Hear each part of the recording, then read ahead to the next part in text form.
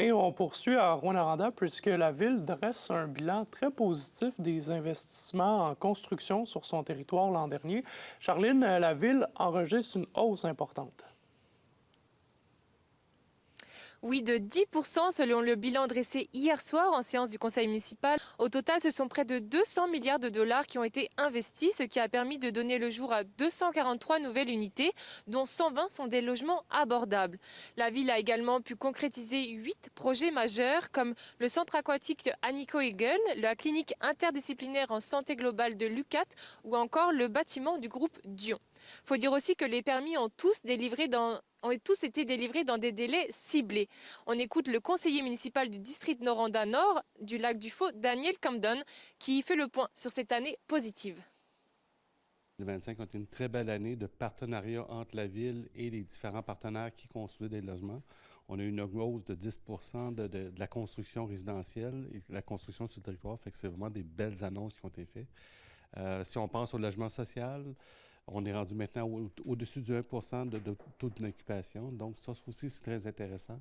60 de nos logements qui ont été créés, c'est des logements abordables. Donc, ça aussi, c'est des belles nouvelles pour Rouyn-Noranda.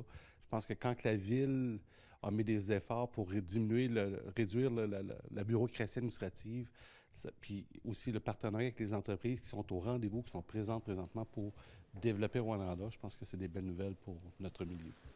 Et qu'en est-il pour les autres municipalités de la région, Charline?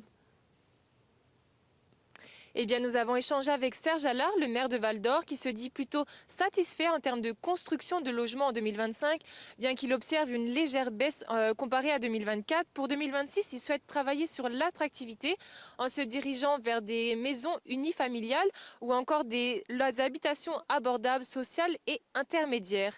À noter également que malgré cette diminution résidentielle, la municipalité enregistre à contrario une augmentation d'un point de vue commercial.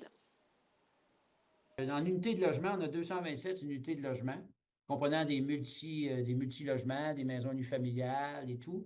Mais on s'entend qu'il n'y a pas beaucoup d'unifamiliales. On est plus dans des blocs, hein, des 6, des 12, des 14, des 16.